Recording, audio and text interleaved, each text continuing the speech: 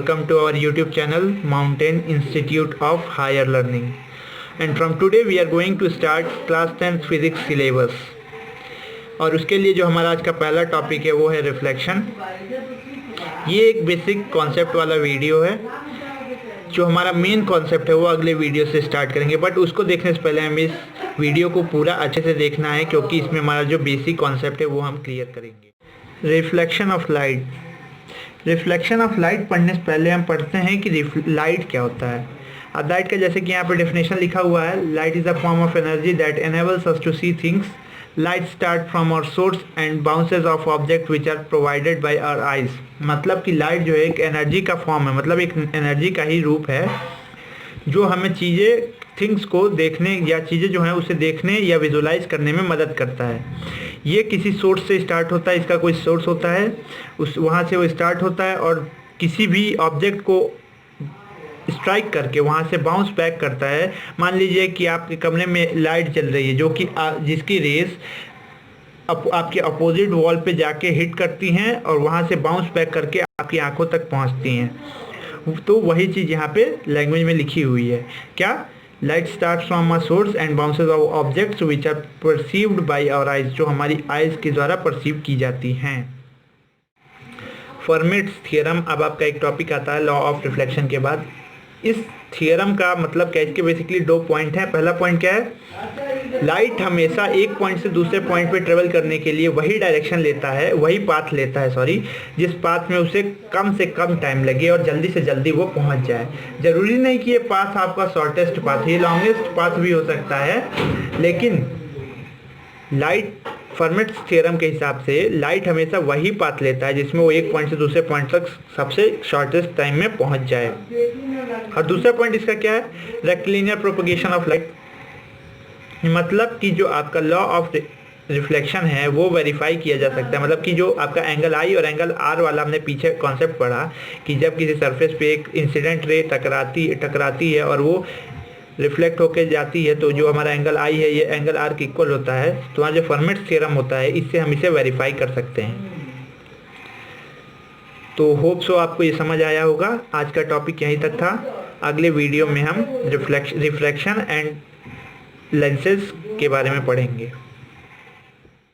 Nature of light.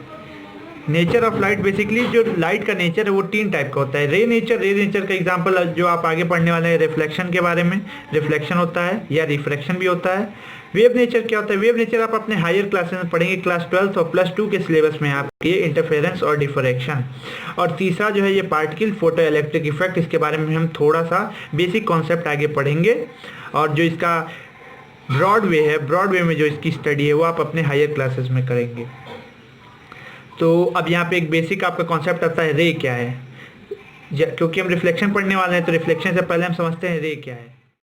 So reflection of light पढ़ने से पहले हम ये पढ़ते हैं कि रे क्या है। रे की कोई पर्टिकुलर एक डेफिनेशन नहीं है, बट अगर हम रे को एक डेफिनेशन में सम अप करना चाहें तो हम लिख सकते हैं straight line drawn in the direction of propagation of light. मतलब कि जिस भी डायरेक्शन में आपकी लाइट ट्रेवल कर रही है उसी डायरेक्शन में हम अगर एक स्ट्रेट लाइन, मान लीजिए आपका left to right light travel कर रहा है, तो उसी डायरेक्शन में हम एक स्ट्रेट लाइन खींचते हैं तो ये जो स्ट्रेट लाइन होगी यही आपकी रे होगी। आज जो हमारे वीडियो का मेन टॉपिक है, जो हमारा मेन लेक्चर है रिफ्लेक्शन ऑफ लाइट, हम उसकी तरफ आगे बढ़ते हैं। उसके लिए पहले हम ये जान लेते हैं रेगुलर रिफ्लेक्शन ऑफ लाइट होता कैसे है। तो रेगुलर रिफ्लेक्शन ऑफ लाइट जैसा कि आप देख सकते हैं यहाँ पे कई सारे मैंने बना रखे हैं। तो ये जो आपका एक सरफेस है, मान लीजिए ये प्लेन सरफेस है, और ये जो आपका लेफ्ट टू राइट और राइट टू लेफ्ट जो है ये इरेगुलरिटीज इसमें कोई नहीं है। ये जो है इसमें कोई भी डिफेक्ट नहीं है, एक स्मूथ पॉलिश्ड सरफेस है। ऐसे सरफेस पे जब लाइट आएगी, स्ट्राइक करेगी, तो रेगुलर रिफ्लेक्शन ऑफ लाइट देगी। इसका मतलब कि वो बाउंस बैक करके किसी और डायरेक्शन में जाएगी। बट समटाइम्स क्या होता है कि जो आपका जो सरफेस होता है इस पे कई सारी इरेगुलरिटीज होती हैं। मतलब कि ये खुदरापन होता है, या फिर एक राइट टू लेफ्ट और लेफ्ट टू राइट ये प्लेन नहीं होती, स्मूथ नहीं होती। तो इस कंडीशन में होता क्या है, लाइट आती है बट रिफ्लेक्ट होके जो आपका एंगल आई होता है वो एंगल आर के बराबर होता नहीं। इसको हम आगे पढ़ेंगे। इसमें इस कंडीशन में होता ये है कि जो आपके सरफेस पे लाइट स्ट्राइक करने के बाद कई अलग अलग डायरेक्शंस में चली जाती हैं, जो कि इरेगुलरिटीज़ की वजह से होता है, और ये रेगुलर रिफ्लेक्शन ऑफ लाइट नहीं होती है। अब रेगुलर रिफ्लेक्शन ऑफ लाइट का एग्जांपल क्या होता है, इसका सिंपल एग्जांपल है प्लेन मिरर। लेकिन समटाइम्स होता क्या है कि जो ये हमारा प्लेन मिरर भी होता है, इसमें कई बार लाइट आते हैं, स्ट्राइक करते हैं, और ये रिफ्लेक्ट बैक होने की वजह, इंसिडेंट होने की बजाय इस जो हमारा सरफेस है इससे एब्जॉर्ब हो जाती है, इसमें एब्जॉर्ब हो जाती है। ऐसे कंडीशन में क्या होता है, हमारा जो रेगुलर रिफ्लेक्शन ऑफ लाइट होता है वो पॉसिबल नहीं होता है। अब हमारा क्या आता है, laws of reflection. Laws of reflection क्या होता है, इसमें होता क्या है, ये जो आपका प्लेन मिरर है, मतलब कि ये जो आपका सरफेस है ये एक स्मूथ वेल पॉलिश्ड सरफेस है। अब इस सरफेस पे होता क्या है, एक आपका सोर्स है, इस सोर्स से आपने एक लाइट इंसिडेंट की, रे ऑफ लाइट इंसिडेंट की, तो ये आपका जो एक पॉइंट पे जब हिट करेगा तो यहाँ से ये रिफ्लेक्ट होके ये जो आपने इंसिडेंट की है लाइट, ये लाइट आपकी इस सरफेस पे हिट करेगी और यहाँ से बाउंस बैक करेगी, रिफ्लेक्ट करेगी एक अपोजिट डायरेक्शन में, और जो इस डायरेक्शन में हमारा एंगल आई होगा वो इक्वल होगा एंगल आर के।